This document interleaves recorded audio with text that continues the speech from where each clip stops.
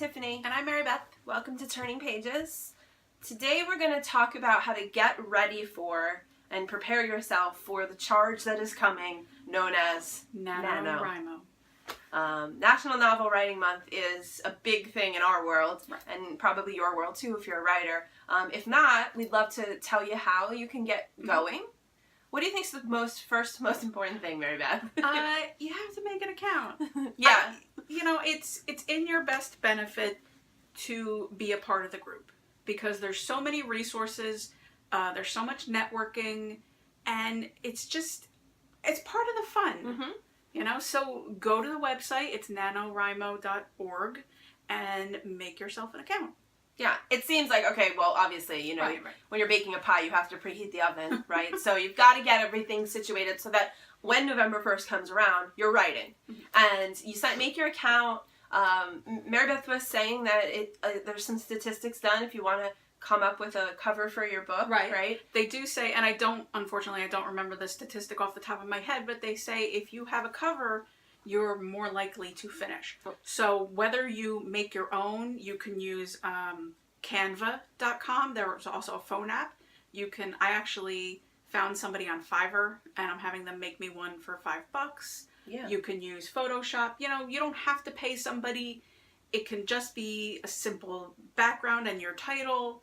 Right. It doesn't have to be crazy, but just that visualization helps right. you take it seriously. And even though there's no editor looming over your head, there is the deadline of November 31st. Right. So obviously you want to sign up. You want to fill out everything. You want to check into your region and figure out who's there.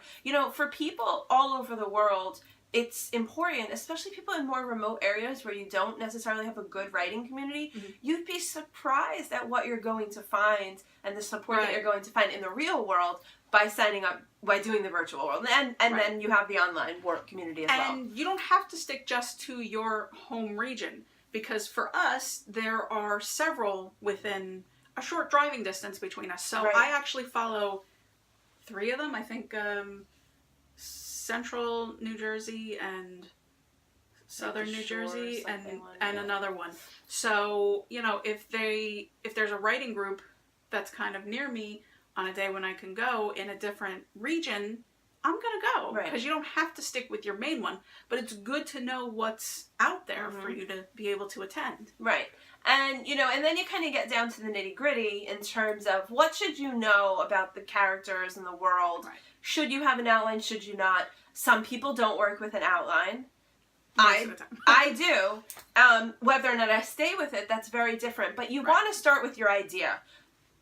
Put it out there, whatever you use, index cards, or whether you just want to make a bulleted list. Where are you going to start, and what's the general idea that you're looking at? Where are things going to go? Hopefully, and even as a pantser, I always go in with an idea and my ending in mind. I might do a little research on a character depending on what genre I'm going to write. If I write fantasy, I tend to research names because I like names that mean something, whether they reflect the physical or the personality of my characters. So I do some minor research, nothing crazy because that's just not my style. Yeah, and I love to research, but I could get lost in a research hole for days, and then which is why I don't do it. Right, days writing. So you want to know who your characters are. We recommend doing a little character sketch so that you can keep it straight. Even if you do, just put it on a note card or keep it on your computer. Eye color, hair color. Right. Because if you have to go back to that... First and last name, please give them a last name. I get in trouble all the time from my editors because I don't give my characters last names, and they're like, you really need to give them a last name. Right, unless it's Madonna. Right. Or Cher. Or Prince. Oh, God bless the dead. So that's an important thing, knowing who the characters, what they look like, a few tidbits about them. I'm sure they're going to come alive in ways you couldn't foresee once you get into it. Right. But just to do everything you can to keep up the momentum so that you don't stall out, in 7 days or 10 days when you hit a bump. The other thing it's important to kind of keep in mind going into it is that, your idea can change. Right. And that's okay. Don't feel married to something. The goal is that you're writing, and you're writing every day, and it's about building that effective habit as a writer that we all want to do. Sure, it'd be great if you write 100,000 words and, you've got the best-selling novel on your hands, but very often that's not the case. What else do you think? Well, if you're like me, I get a lot of clips of dialogue that pop into my head. Once I have an idea, and the more I think about it, the more things come to me, whether it's what somebody says, a scene that acts out always when I'm in the shower. I can't find my damn Aqua notes. Those are good. But jot those down so that you can try to work them in, because if they're coming to you, then they probably deserve a place in your story. That's the story speaking to you. Right. So, carry a little notebook around with you, or you can use, most phones have an app where you can either vocally record a memo or type something out. Use technology. Yeah, one of the things that Judy Bloom had said when I went to see her is that she always keeps a notebook when she's working on an idea, because when she goes to sit down at the computer, she doesn't want to be alone.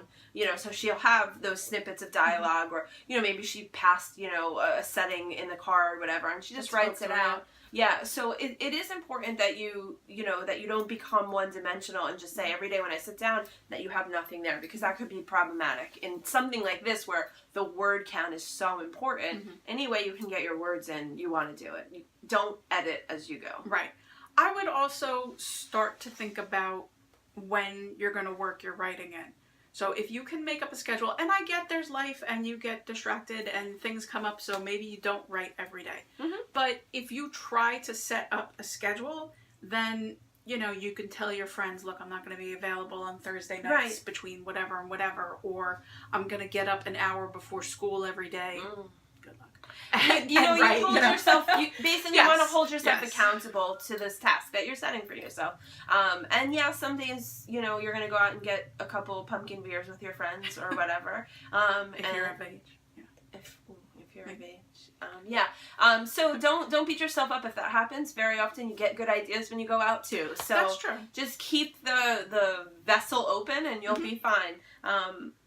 We'd love to know, I guess, what you do to prepare for Nano. Are you doing it this year for the first time? Do you have any questions? We'd love to hear from you. Yeah. Next time, maybe we'll talk about some plotting ideas. I've been actually researching things like the snowflake and some other things. So maybe we can discuss that next time. If you have any of those things that you'd like to share with us or like us to go over, leave it in the comments below and we'll do a little research and get back to you. Sounds good. See you next time. Bye-bye, literati. Bye.